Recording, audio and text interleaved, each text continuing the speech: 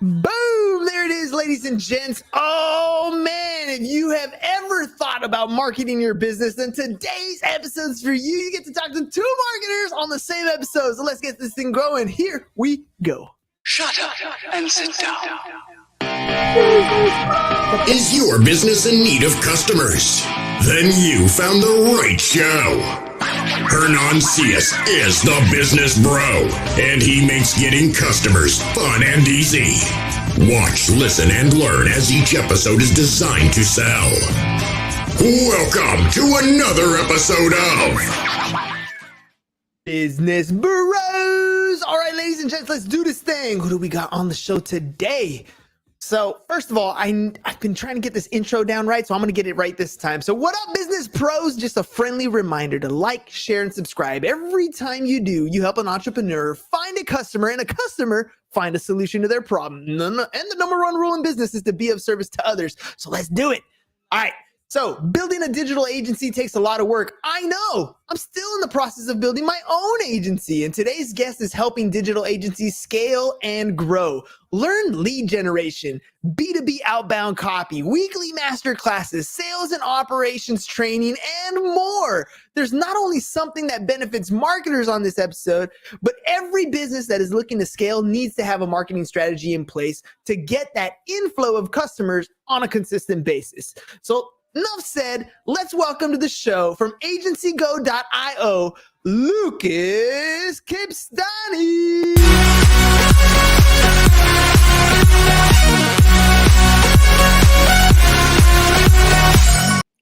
All right, Lucas, what do you think, man? I know you don't get to hear the audios, but that's music, fire, everything, dude, day one. You're showing me a lot of stuff I didn't know was possible within StreamYard. This is really cool, I have to say. Give it to you. This is awesome. Dude, this is how we roll, man. To me, this podcast space is a worthy accomplishment, my friend. We're not worthy. We're not worthy. It is. It's really cool to see all the stuff that's happening in the podcast game right now. I'm gonna have to recommend your show to everybody that I talk to now. Boom, there it is, dude. All right, let's jump into this thing, man. Digital marketing, dude. Like, this is one of those things that it should be almost second nature. Every business, like Gary Vee said, and the whole reason why I got into podcasting in the first place, if you're in business, you're a media company first, everything else second. Why are you jumping into this media space? Why are you doing this? So I launched my digital marketing agency in college. So when I was 22, 4 years ago, launched it out of my dorm room. And since then, I've built this business, and now it's at a point where I'm not really in the day-to-day anymore. I'm actually mainly spending time with this community, helping other people build their marketing agencies, and also building software for them.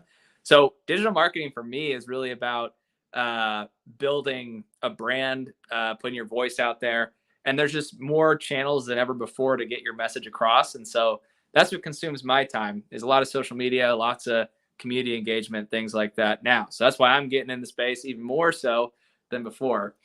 All right, let's talk about digital marketing, because everybody has, I feel like, a different idea of what it is. So when you talk digital marketing so that a fifth grader can understand it, like, what is it that you do? What do you do? So if anybody, the best way to think about digital marketing, if I was talking to a fifth grader, would be that any message you have, let's say you're trying to start your own business, or maybe fifth graders would say, maybe you're trying to start a lemonade stand and you want to get that message across. You want to get the whole world know about your lemonade stand. It's easier than ever before to tell everyone and to promote that online by using channels that are going to accelerate the reach of whatever message you want. So think of it as like an amplifier. Basically takes anything you want and it multiplies it 100x, multiplies that message, gets everybody running towards your lemonade stand to make sure that you're getting as much traffic or human visitors as possible to your business. And that's really how, if you simplify it, it's just about amplification at the end of the day. So let's talk about the types of traffic that you can get. Russell Brunson, in his book Expert Secrets, I love how he breaks down the different types of I guess traffic that you own, right? So you got traffic that you earn, you got traffic that you own, and you got traffic that you pay for, right? So these are three different ways of generating or magnifying your message. The most common way is that free method, creating social media content. Then there is the paid method, which is putting your message in front of targeted audiences that are likely to engage or buy from you. And then there's traffic that you own. And this is where you're collecting your own emails, phone numbers, all that contact information so that you can market to them. When you talk about digital marketing, which one of those, kind of a trick question, are you using? Yeah, I know why it's a trick question. I have read all three of those books, the Traffic Secrets, Expert Secrets, .com Secrets, all really good. I'm actually trying to finish up Traffic Secrets. I kind of left that unread a little bit. But the reason it's a trick question is because you have to be doing all three. And I do all three every single day. So we're always funneling people to our free lead magnet that's evergreen. We tested a bunch of different lead magnets until we found the one that worked. And the one that works really well is we give out all of our lead generation scripts that we use to scale our digital marketing agency to over $2 million in revenue. And we did $1.7 million in revenue last year. And we're giving away all those scripts that we use to contact people for free. And all you got to do is give us your email address and we'll basically give you those scripts. And so you can get that at agencygo.io/leads. And the idea there is you take all those people and you retarget them through email in a non-annoying way, giving them value. And then that turns into obviously the content that you own, the list that you own. Now, when it comes to the list that I buy, one thing we're starting to do now, because we didn't start off with paid for AgencyGo.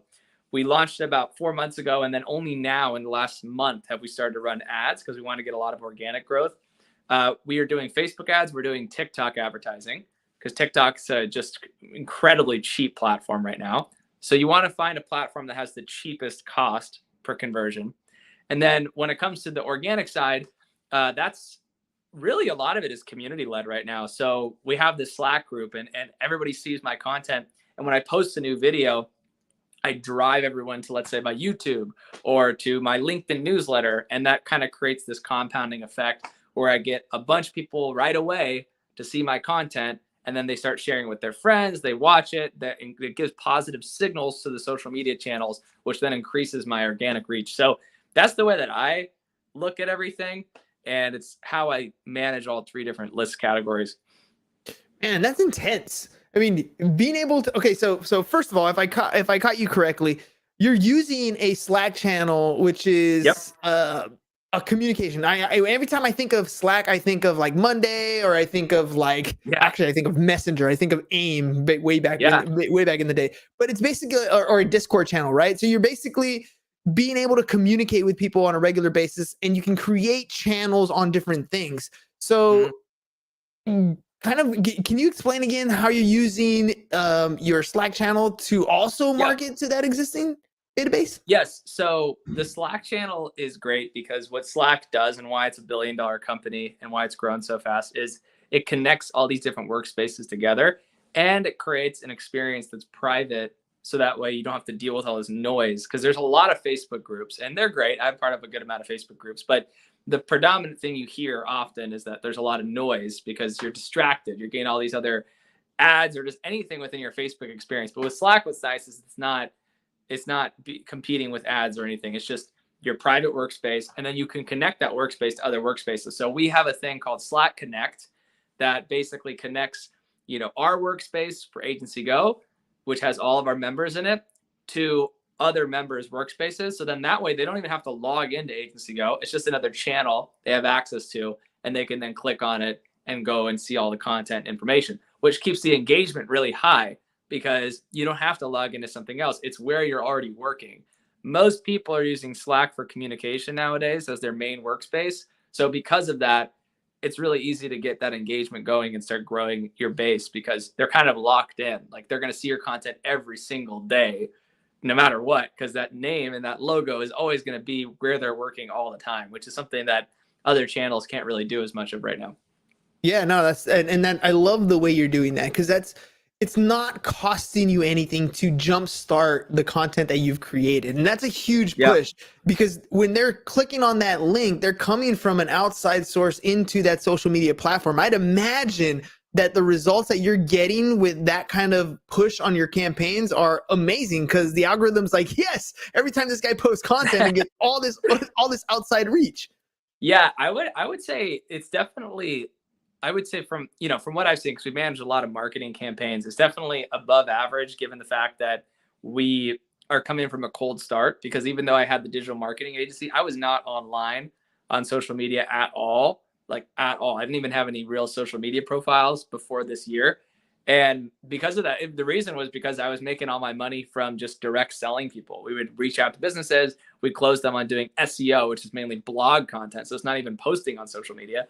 And then LinkedIn lead generation, which is also not posting on social media. It's just directly reaching out to people. So we didn't have a need to be online on social as much, although I do regret it.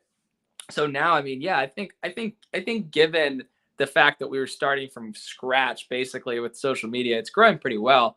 Not necessarily as fast as I'd want it to. Obviously, I think everybody wants to have like 100,000 followers right off the bat. But what I have seen that's really nice is, as I've come into the second quarter of doing the social media posting, the compound effect is definitely happening. All my stuff's getting more reach quicker, and I'm getting more impressions, and it's really starting to grow. In April was the first month I actually started to have posts not go viral, but get significantly more traction than before. Like double, triple, 10x more views, impressions than any of my previous posts. So it took me about 4 months to get to the point where it was really compounding extremely fast. So we get to kind of look at metrics of things that we post. But when you talk to clients, for example, people who have a need for your services, they're not oftentimes creating content, nowhere near at the scale that you would, nowhere near in the quality. And this is something that when I talk to other digital marketers, their biggest issue with clientele is they don't have content. Tell me a little bit about that type of situation. Yeah, well, it's interesting. I just had this conversation today. Somebody was referral and was asking me, I'll take sales calls every now and then when someone refers people to me. And I tell them, look, there's a couple ways you can grow your business. One, you can grow it the long way, which is doing it yourself. That's like the longest way, because you don't know what you're doing. Most people have absolutely no clue what they're doing. So they're going to spend a lot of money. They're going to take a lot of time. And it's not going to be as efficient. Or you can work with a marketing agency if you have the capital, and it could speed things up for you. But even then, with a marketing agency alone is not going to blow up your business. What we used to say when we were just doing LinkedIn lead gen, we weren't working at all on these social platforms when it comes to posting content, we would tell people, look, you have to know how to sell in order to actually make use of this LinkedIn lead generation service. Now, what I tell people is, if you want to get more views on your content, or you want to get more views on your website, you have to know how to post online. And if you want to be in the top 1% of all my clients, then you need to basically be a brand ambassador, because what people rally around at the end of the day is they rally around faces, they rally around personalities, and they rally around like an ambassador or a brand figure. And if you can be that person, it's the cheapest form of advertising. I mean, just think of any brand that doesn't have some sort of a mascot. I mean, pretty much every brand on the planet has something that attaches it to, Business Bros. There you go. Example A. So it's basically, this is a perfect example of why you need faces everywhere. And faces are the cheapest form of high ROI advertising. If you don't have enough faces on your website, you're basically losing out on an enormous ability to generate trust with your audience. It's honestly mind-boggling to me that people don't do that more often. You know, you come to a website and the website's completely blank and it has just text, and it might look cool, but people for thousands of years have put trust in faces, and that's the number one way to get someone to trust you, is to show them a smiling face. Really, that's it. Smiling face works every time. Okay, so content creation is a problem for a lot of people, and that's one of the things that we like to specialize in, is in the content creation space. And I'm kind of curious from a marketer's perspective, and I don't know if you remember going to our landing page and booking and all that stuff. It was like a while ago. Can you give me a marketer's perspective on what your experience has been like for just booking and being on our show? Yeah, I thought it was really interesting. I've told my team not to book any meetings for me that are with people who are kind of don't have their stuff together. And you guys clearly do. So that was nice. And I actually did go through this one myself. I went through this process, and what I realized was, and it's stuff I'm going to even take away for my own podcast, because we have our own podcast that is for how to scale an agency. But basically, what I liked was how frequently you reminded me about the show. I don't really think I would have forgotten it, but I think what was nice about it was extra opportunities to reinforce your brand. I don't really have that low of a show up rate for my podcast, and I don't know if you do either. I think it's just nice to have reminders, because it's just extra touch points, extra marketing touch points that are relevant and get you to think about the company. So I liked it. I thought it was very interesting. And I thought that, it was definitely in the top 1% of the podcasts that I've been on so far. So nice. Thank you. Well, let's talk about, for us, creating content is huge. One of the things we offer is 30 days of content, literally sitting down, having a conversation with somebody, turning that into multiple pieces. And the reason why we do that is, again, because when they go to people like you, or they want to get ads created, they need some of this content to put out into the world. You can't put nothing out there and expect something back. What are some of the things you're telling your clients or trying to do to help them become content creators so they can understand the power of what it brings? Yeah, I mean, I think the first thing I try to do, it's not really an issue as much for e-commerce brands, because I think a lot of e-commerce owners or founders, they sort of, I hope, I mean, most people do, from what I've experienced, they see content creation as necessary for their brand because it's all consumer facing. But I think who really needs to be convinced is business owners who are doing services or who are doing SaaS companies, because it doesn't necessarily seem obvious that you need to create content for those kind of businesses, because it could be completely driven by referrals. Like, for instance, for me, I was totally under the impression that, and it worked. I was able to build a multi-million-dollar business without ever posting a single thing online, really. I mean, maybe like once every 4 months I'd post something. So I didn't need to get to that point. But what I regret is that the more I've learned from other marketers, the more I see how much other businesses have outgrown me and outpaced me because they had a content first strategy from the beginning. And so, if I had started my social channels 4 years ago instead of now, I'd probably have 1 million followers. My business would be making 4 times more money for the same amount of effort, right? Mm-hmm. So that's something I try telling people is, look, I get it for e-com brands. They probably think I got to be on TikTok, I got to be on Facebook, I got to be on Instagram, all that stuff. People kind of like assume that for e-commerce, but for services and SaaS companies, you don't always know why you should create content. And really it's because you're essentially having 1,000 individual sales calls with people at once. You're earning a little bit more trust with every single person all the time. And the channels, the algorithms are just basically promoting you constantly to get more and more reach.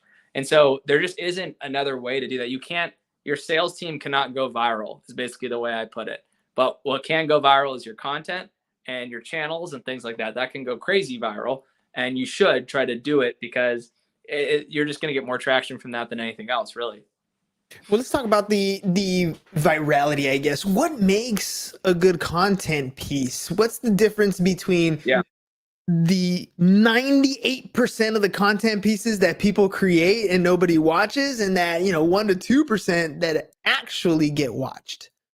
Yeah. So so I am still kind of new to the social media content game. Like I said, it's really been just this year. So I have had stuff that's gotten tens of thousands of views and impressions and stuff, but nothing that's gone like crazy viral, got millions of views. I've seen my clients, when we do their SEO, I'll see them post a social media piece of content. I see that go viral. So I kind of know what does, which is also what's been helping me as I spent the last 4 years being a bystander and watching everybody else create content. So I do know what works from that aspect.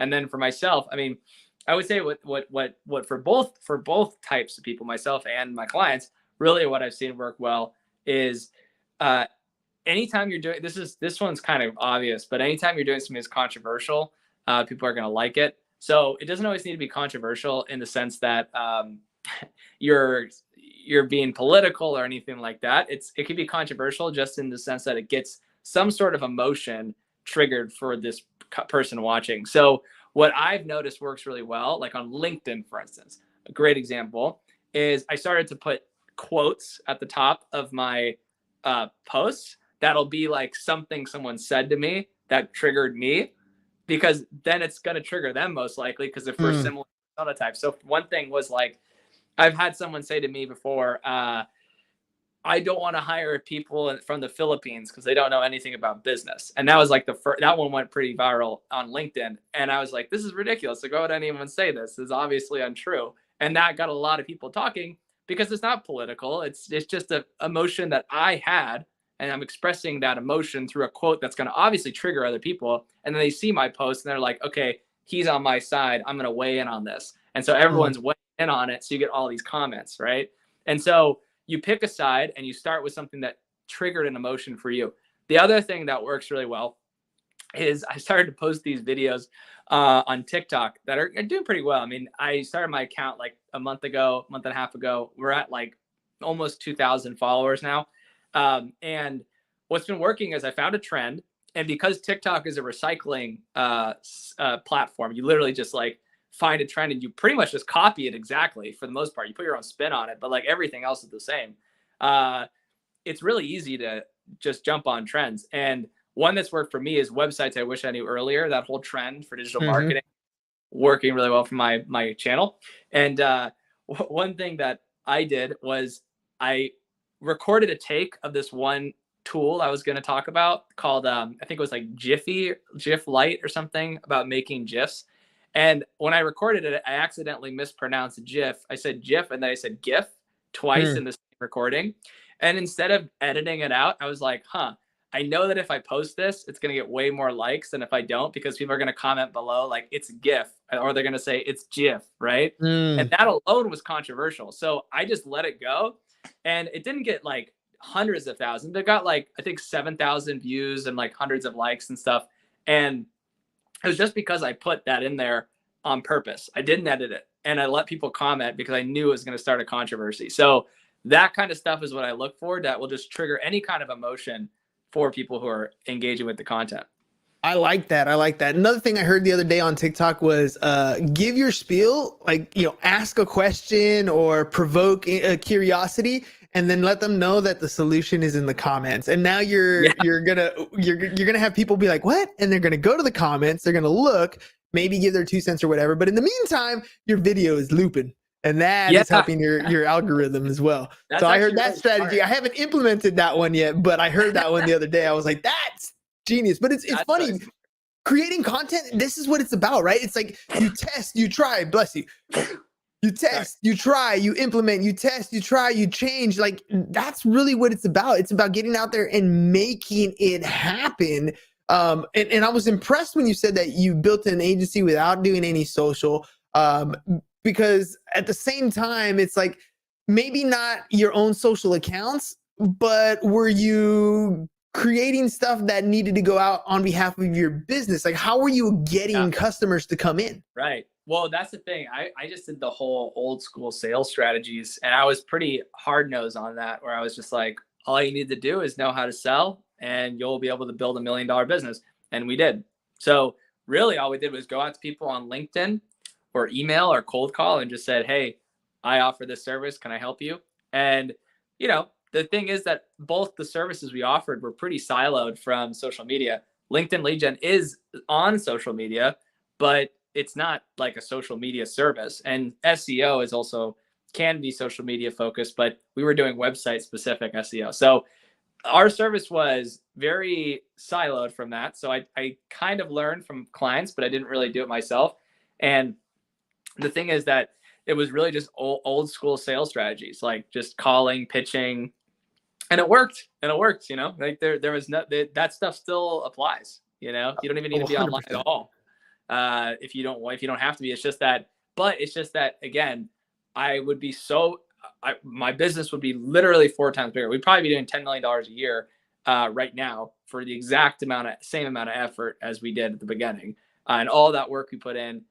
Obviously there's like the devil's advocate that says, well, maybe you wouldn't have been able to get to this point if you were spending all that time on social and not doing sales. So that is a good point to be made. But I think in a lot of aspects, like social media compounds in a much faster degree than sales, because sales typically is linear. It's linear growth, right? It's based on talent, right? And the amount of time somebody can put in during a day to get a sales result.